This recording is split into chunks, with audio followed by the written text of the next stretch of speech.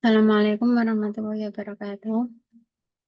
Sini saya akan mempresentasikan untuk mata kuliah evaluasi pendidikan untuk memenuhi tugas ujian tengah semester untuk mata kuliah evaluasi pendidikan.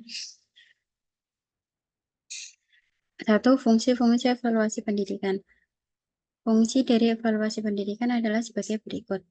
Fungsi sumatif, yaitu berfungsi untuk memberikan umpan balik atau feedback bagi guru untuk memperbaiki proses pembelajaran. Dua, fungsi formatif, yaitu berfungsi untuk mengetahui tingkat penguasaan siswa terhadap kompetensi dan indikator pencapaian kompetensi yang telah ditentukan. Dalam kurung Arifin Z 2010 evaluasi pembelajaran halaman 22. Tiga, fungsi rasional, yaitu berfungsi sebagai dasar untuk membuat perencanaan kegiatan pembelajaran berikutnya. Empat, fungsi seleksi. Evaluasi berfungsi untuk menyeleksi siswa ke tahap berikutnya, misalnya menentukan kenaikan kelas, penjurusan, beasiswa, mewakili kelas atau satuan pendidikan dalam kegiatan perlombaan dan seleksi lainnya. 5. Fungsi diagnostik. Evaluasi berfungsi untuk mengetahui kelemahan siswa dalam kegiatan pembelajaran dan penyebabnya.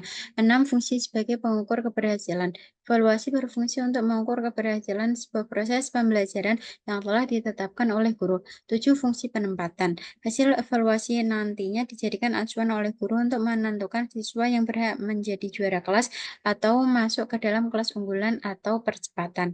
Dalam kurung Darmayanti N. Iwayansri 2020, evaluasi pembelajaran IPA halaman 12.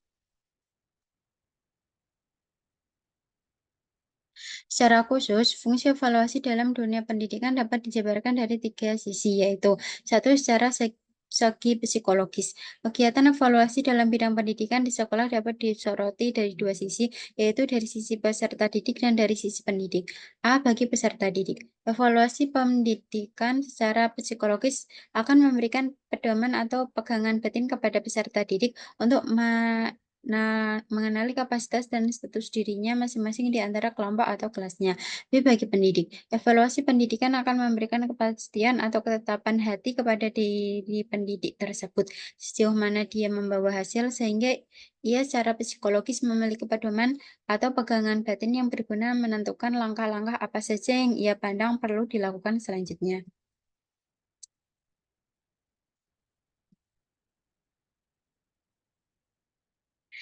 Dua, secara segi didaktik. Kegiatan evaluasi dalam bidang pendidikan di sekolahan. A. Bagi peserta didik akan dapat memberikan motivasi atau dorongan kepada mereka untuk dapat memperbaiki, meningkatkan, dan mempertahankan prestasinya. Evaluasi tersebut misalnya akan menghasilkan nilai-nilai hasil belajar untuk masing-masing individu siswa. B. Bagi pendidik. Secara didaktik, evaluasi pendidikan itu memiliki 5 cara fungsi, yaitu satu, memberikan landasan untuk menilai hasil usaha atau prestasi yang telah dicapai oleh peserta didiknya.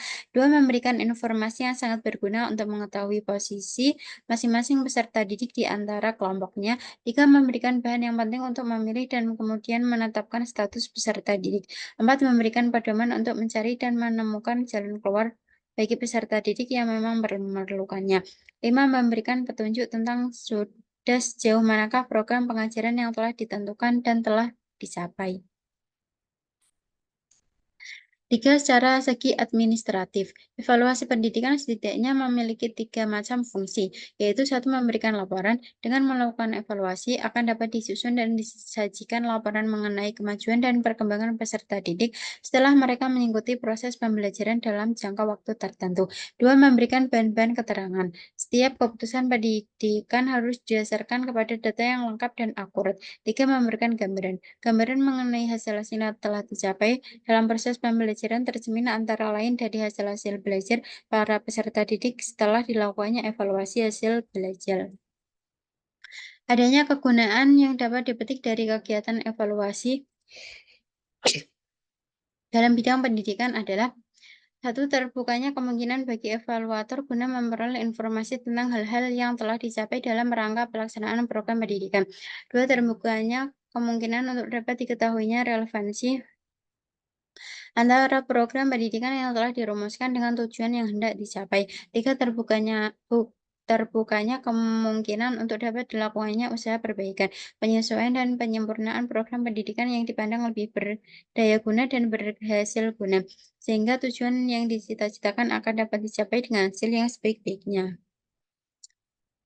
Terima kasih, demikian presentasi dari saya. Apabila ada kekurangan, mohon maaf. Wassalamualaikum warahmatullahi wabarakatuh.